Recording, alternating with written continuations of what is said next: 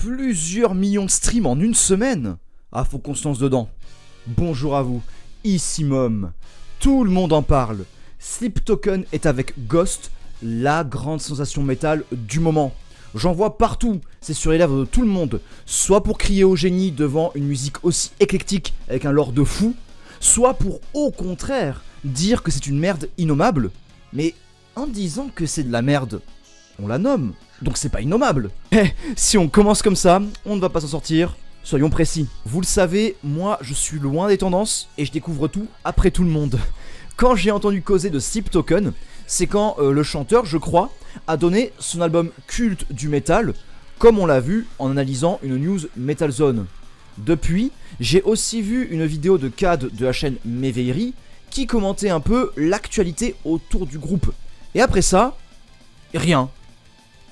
Hormis une tonne de Reels Insta avec du Sleep Token et le brassage médiatique à fond sur Metal Zone, parce que mon téléphone, pour une raison que j'ignore, quand je le connecte sur internet, ce qui est assez rare, il me relaye des tas de news de ce site. Donc face à cette déferlante d'informations sur Sleep Token, et comme je ne voulais pas mourir idiot, je me suis lancé Heaven in Arcadia en n'ayant jamais rien écouté du groupe. Et contrariant comme je suis, j'ai autant de méfiance envers les gens qui crient au génie que ceux qui envoient chier aveuglément sans même avoir écouté ne serait-ce qu'une seule note du groupe.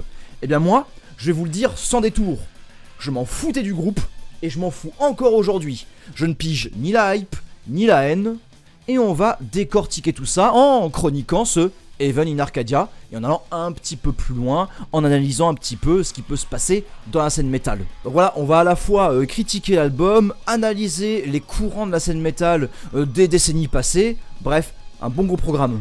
Et avant de commencer, si mon contenu vous plaît, le partage, le like, l'abonnement, vous savez, ça donne de la force. Et si au contraire ce que je fais t'aimes pas, le dislike et le commentaire qui aime pas, ben ça donne du référencement, donc go for it. Pour débuter, nous allons plutôt nous pencher sur le côté hype, le côté positif, parce que le groupe est reconnu pour sa grande versatilité et son sens de la narration, couplé à une efficacité.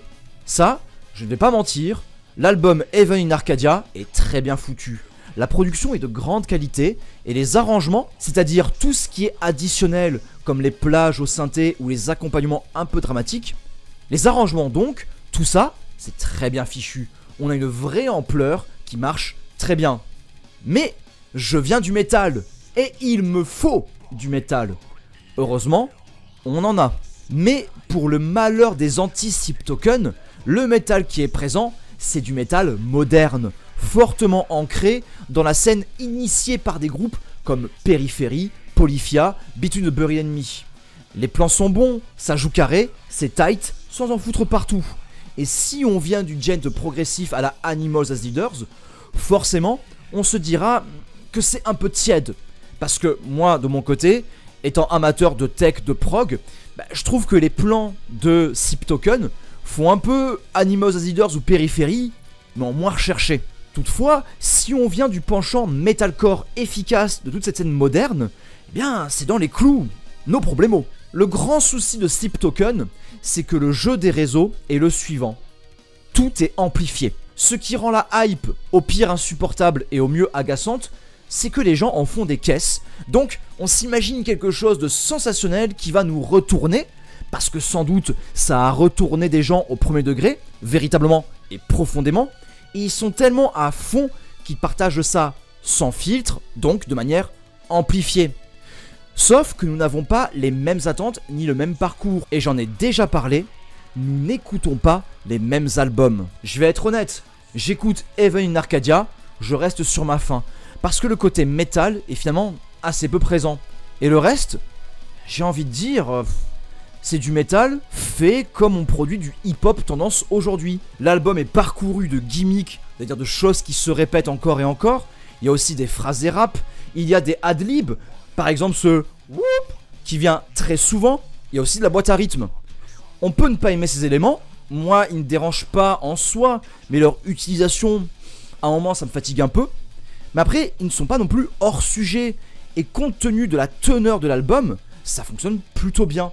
Donc Heaven in Arcadia, c'est un album plutôt bien fichu, et ça je suis désolé pour ceux qui le détestent, c'est un bon album qui fonctionne très bien, qui est bien construit, bien conçu. En plus, vraiment le son t'enveloppe, ça marche super bien. Il n'y a pas vraiment de faute de goût, de faute musicale. C'est juste une affaire de ce que tu aimes ou ce que tu n'aimes pas. Ceci dit, si tu veux un album métal, on en reparlera après de ça. Parce que, est-ce que Sleep Token, c'est un groupe de métal? On se garde ça pour la troisième partie. En attendant, plongeons les deux pieds dans les défauts de l'album. On va aller maintenant du côté N, le côté obscur, le côté négatif. Du côté de la haine, donc, les gens critiquent le fait que Sleep Token brasse très large, sans avoir de personnalité. Je ne dirais pas ça, c'est pas que ça manque de personnalité, mais moi je trouve que niveau rap, pop, niveau métal, on reste sur la surface. Si tu connais le métal, tu connais déjà les éléments qui seront employés. Et de l'autre côté, si tu connais le rap ou le côté pop, pareil, tu connais les éléments que Sleep Token va employer. J'admets que moi, j'aime retrouver des ingrédients de mon parcours personnel dans les albums que je vais découvrir, mais ce n'est pas nécessaire à 100%. Pour Sleep Token, ça chante bien, mais ça reste orienté ambiance, narration. Et je reconnais que je m'en fous mais totalement du lore, de tout ce qu'il y a autour de la musique de Sleep Token. Moi je viens pour les sons, j'en parlerai dans une autre vidéo, mais j'ai plongé à fond dans le tétradome de Quadvium. Zéro parole, 2 basses fretless, beaucoup de complexité impliquée par cette présence de 2 basses. Et bien quand j'écoute Quadvium, je suis à fond dedans, alors que finalement il n'y a pas d'histoire, il n'y a pas de paroles, donc je peux tout imaginer de mon côté, je peux plonger dans l'album sans me poser plus de questions.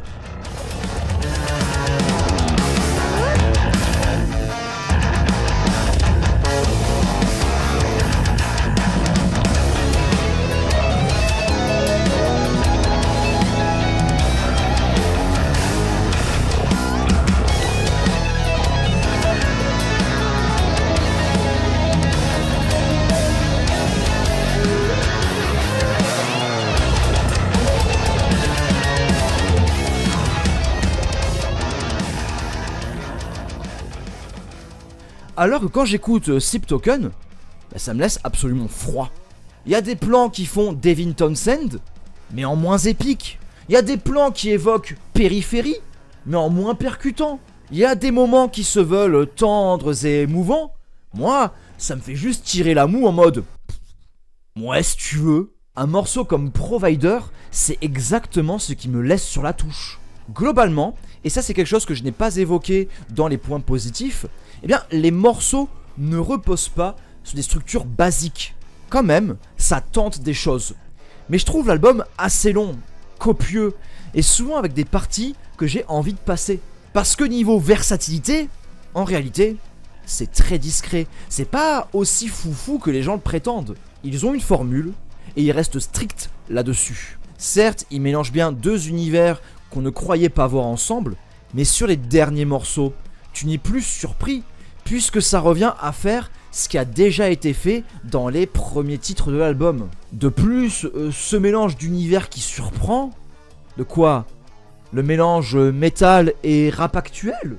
Eh bien si ce mélange-là surprend, faudrait un petit peu revoir l'histoire du métal. Parce qu'on a déjà eu des tonnes de décennies avec du rap metal, on a eu Cynic avec Focus, Trestiner et Assassin Codes qui a mélangé énormément de choses, on a eu le jazz metal, on a eu le metal fusion qui relie musique du monde et metal, je pense à Lo Arano par exemple, un groupe malgache que je vous recommande encore une fois. On a aussi eu l'avant-garde ou des tentatives telles que Zeal and Ardor qui a déjà été taxé à l'époque de faire dans le mélange facile. En fin de compte, l'argument principal de Sleep Token, comme quoi c'est un groupe qui va mélanger les choses, qui est créatif et original, pour moi cet argument-là est bien faible si on le met au regard de l'histoire du métal, parce que c'est des mélanges qui ont déjà été faits, et il faut pas chercher bien loin, ça a déjà été fait dans la décennie précédente. Et l'autre argument qui est brandi en triomphe, c'est l'anonymat. L'anonymat dans le métal. Alors oui, ça peut surprendre aujourd'hui à l'ère de l'internet 2.0 où toute la vie des gens est mise en avant. Mais attendez, l'anonymat dans le rock et le métal, ça date quand même, hein. Sans parler de Slipknot qui, mine de rien, a fait tomber le masque. Et Ghost aussi qui a fait tomber le masque également. Bah, il y a eu plein de groupes comme ça qui étaient un petit peu dans le mystère, on sait pas qui ils sont. Et franchement, Sip Token, ils sont en fait dans une tradition qui est déjà plutôt connue. La différence est que Sip Token joue le jeu de l'anonymat à l'ère de l'internet et des réseaux omniprésents. Et pour l'instant, ils se débrouillent pas trop mal de ce côté-là. Mais je donne encore, allez, 5 ou 10 ans avant que l'on commence déjà à avoir l'anonymat qui va s'effriter. Après avoir dit tout ça, il me faut maintenant répondre au titre de la vidéo qui n'est pas là par hasard. Quand je dis que votre haine ne sert à rien, c'est que je me base sur des éléments pour le prouver. Parce que finalement, si on a vu que Sip Token n'était pas si original que ça, il faut bien comprendre que les mouvements qui s'opposent à Sip Token n'ont absolument rien de nouveau non plus. Plongeons alors à fond dans l'histoire du métal. Quand les gigantesques légendes ont émergé dans le paysage rock et métal, il y a eu un mouvement de fascination qui a remporté une certaine unanimité. Metallica, Iron Maiden, Black Sabbath, Motorhead, Guns N' Roses, Van Halen. Il y a là des groupes qui ont montré la lumière dans un territoire désolé. Avant eux, le paysage rock et métal n'était simplement pas le même. Mais parmi ces groupes que j'ai cités comme étant aujourd'hui des légendes, il y en a pourtant un qui a fait grincer des dents à l'époque de son émergence. Et je parle là de Van Halen. Et oui, Van Halen, selon des chroniques de l'époque, il a posé de vrais soucis. Certains déploraient un jeu trop technique, plein d'emphase, d'enflure et de notes superflues. Bon, pour ça, rien de nouveau, c'était déjà dit d'artistes tels que Barr, comme quoi il était trop artificiel dans son travail. Et malgré tout ce que les gens ont braillé en affirmant que Van Halen tuait le feeling ou je ne sais quelle excuse bidon, eh bien non seulement leur haine n'a bloqué personne, mais en plus, Van Halen, ça a pris de manière magistrale. Le shred est devenu une manière de composer qui a été déclinée plein de fois. Et alors là, pour dire combien votre haine ne sert à rien, on peut sortir tous les exemples. Les gens ont râlé contre le grunge. Ça a marché le grunge. Et en plus, ça connaît un revival aujourd'hui. Les gens ont braillé contre le néo-metal et le metalcore. Mais non seulement ces genres ne sont jamais vraiment arrêtés, mais en plus, ils ont muté et ils se sont mixés à d'autres styles pour proposer d'autres sensations encore présentes aujourd'hui. Donc tous ceux qui ont dit fuck le grunge, fuck le metalcore, fuck le néo, eh bien aujourd'hui, on en a encore. Là où je veux en venir, c'est qu'en termes d'art, la haine que vous pourrez exprimer sera totalement inutile.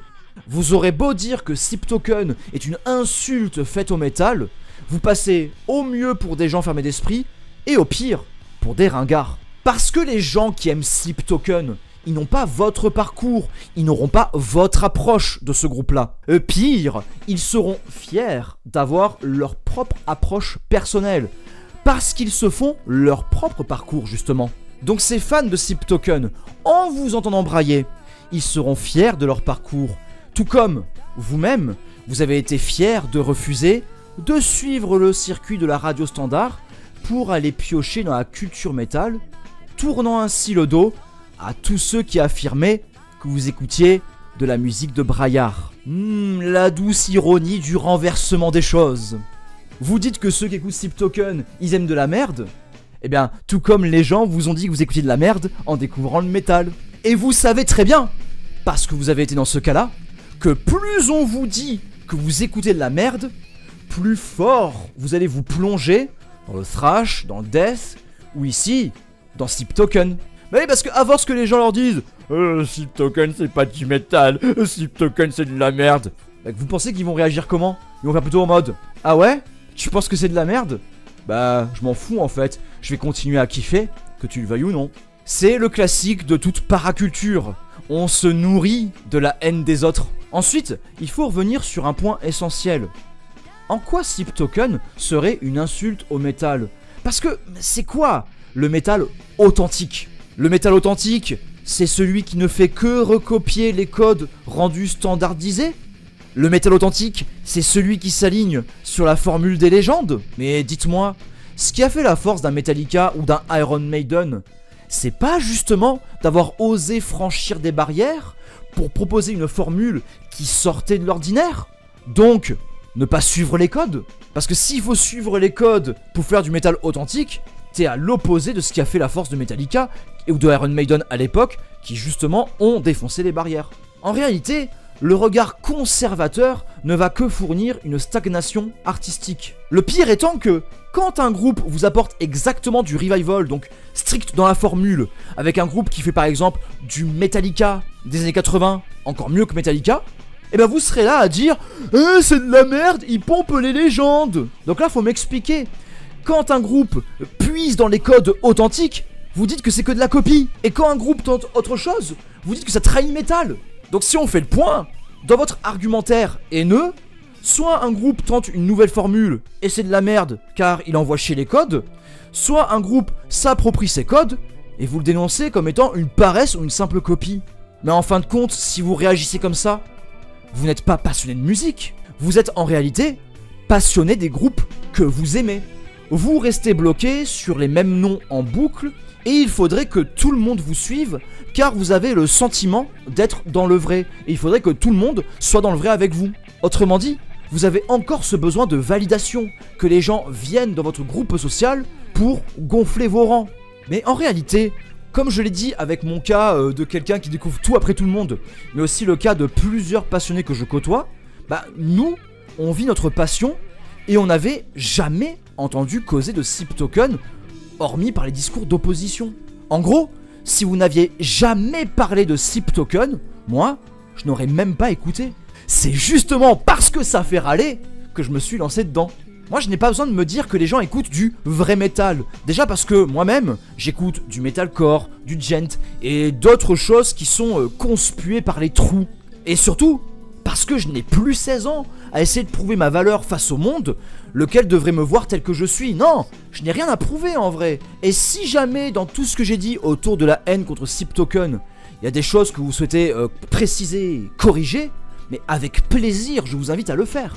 Car même ce discours que je viens de produire, il n'attend aucune validation. Je le partage parce que ça me fait envie, ça me fait plaisir. En revanche, si discuter ça m'intéresse, il faut que ça reste dans le respect, évidemment. Si on en revient à Sip Token, une question qui revient est: est-ce qu'ils ont leur place en festival métal? Et donc là, je vais répondre aussi à la question du est-ce que Sip Token serait une insulte au métal? Comme on l'a déjà dit, insulte ou pas, écoute ce que tu veux. Tu veux écouter Sip Token, vas-y. Tu ne veux pas l'écouter, vas-y également. C'est juste que si tu n'as pas écouté Sip Token, ne viens pas donner ton avis sur le groupe. Tu sais même pas comment ça sonne, tu sais même pas ce qu'ils font. Et comme on dit souvent, quand on sait pas, on ferme sa gueule. Soyons clairs là-dessus, moi je le dis, sans sourciller, sans honte, mais Sip Token n'est pas un groupe de métal. Et c'est pas un mal que ce ne soit pas un groupe de métal, c'est pas une honte. En réalité, c'est un groupe de musique pop. Après, la musique pop, c'est pas vraiment un genre, car ce terme englobe énormément de choses, de Michael Jackson à Katy Perry, en passant par Lady Gaga, qui sont tous et toutes très différents, très différentes. Donc Sip Token, c'est un groupe de pop, mais qui emploie à l'intérieur de sa formule des éléments métal. C'est un peu comme le crossover, comme Suicidal Tendencies, où on va avoir un groupe de punk qui va intégrer des éléments métal dans sa musique. Et avoir de la pop qui s'acoquine avec le métal, ben ça non plus, c'est pas nouveau. Des groupes qui sont pas métal mais qui empruntent au genre, je peux en citer encore, hein. Marilyn Manson, c'est pas métal, mais alors pas du tout métal.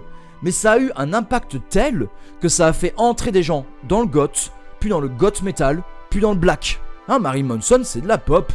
Et en plus, c'est même pas rien de métal. Il n'y a même pas d'éléments de métal dedans, hormis une imagerie assez horrifique et dérangeante. Idem pour Linkin Park. C'est pas du métal, mais ça empruntait énormément au néo-métal et ça a été une porte ouverte. Je peux aussi citer Rammstein. C'est de l'indus, c'est martial. Mais est-ce que c'est vraiment du métal? Et je sais qu'il y en a qui vont dire, mais au pire, on s'en fout. Moi, je kiffe Rammstein. Bah, c'est pareil, on s'en fout pour Sip Token. Et malgré tout ce que j'ai dit, Marilyn Manson, Rammstein et Linkin Park, c'est pas du métal dans leur cœur. Et pourtant, ils sont en festival métal. Parce que de plus en plus, ces fests s'ouvrent au rock en général. Et Sip Token a sa place dans ce giron. Si je reviens au sujet initial, si tu refuses Sip Token, bah tu refuses les Guns N' Roses, Nine Inch Nails, tous les groupes Nirvana-like, les Foo Fighters, les Linkin Park, les Rammstein et compagnie. Si pour toi Sip Token ça n'a pas sa place en festival metal, tous les groupes que je viens de citer, ils n'ont pas leur place non plus. Après, de vous à moi, parmi ceux qui s'offusquent de combien Sleep Token n'a rien à foutre en festival metal, parmi ces gens-là, il y en a qui sont à fond sur Rammstein, Marilyn Manson ou Slipknot. Ils vont dire que eux, au moins, c'est du métal, du gros son et pas de la merde de rap ou je sais pas quoi. Et moi, ça me fume, mais tellement cette course à la crédibilité, au metal. J'ai souvenir comme ça de gens avec qui je débattais en forum, des types qui savent jouer ultra metal en disant non mais en fait Slipknot c'était ultra metal, pareil pour Rammstein qui m'a ouvert les portes de la musique bruitiste et le bruitisme c'est archi metal. Bref, des gens qui se validaient en mode nous on écoute de la vraie musique extrême et qui me snobaient parce que moi je n'étais pas ultra metal, parce que j'écoute des groupes trop mélodiques, parce que je porte une casquette à l'envers et des lunettes. Oui, parce que avoir des problèmes de vue, c'est pas trop metal. Et c'est d'autant plus ridicule que ces gens-là, il y a 25 ans, ils chiaient sur Slipknot premier degré. Oui, mais comme Slipknot maintenant c'est ancien, bah aujourd'hui ils le valident. C'est d'un ridicule. Les gars cherchent les musiques les plus inaudibles pour se donner un genre de digger de fin limier. Pour me dire que moi, avec Beyond Creation ou Death, je suis un rigolo. Mais vous savez quoi? Si être un trou, c'est finir en type condescendant qui sniffe leur propre prout, je préfère ne pas faire partie de votre club et je suis ravi que vous ne me validiez pas. Pour conclure, Sleep Token, c'est OSEF complet. Les gens aiment, tant mieux. Et encore plus, ça peut faire râler un conservateur du métal. Car si on peut rendre furax un gars juste parce que quelqu'un n'a pas les mêmes goûts que lui, ça signifie que franchement, dans sa vie, ça va. Et de l'autre côté, si les gens n'aiment pas, eh bien c'est leur liberté. No problemo. En ce qui me concerne, c'est tout pour moi. Si cette vidéo t'a plu, je rappelle, like, partage, abonnement, commente, toi-même tu sais. Je vous rappelle, Instagram, Twitch, tout est dans la description. Vous trouverez également les liens vers mes romans d'Heroic Fantasy qui sont disponibles à la commande. Je vous fais comme ça une petite annonce.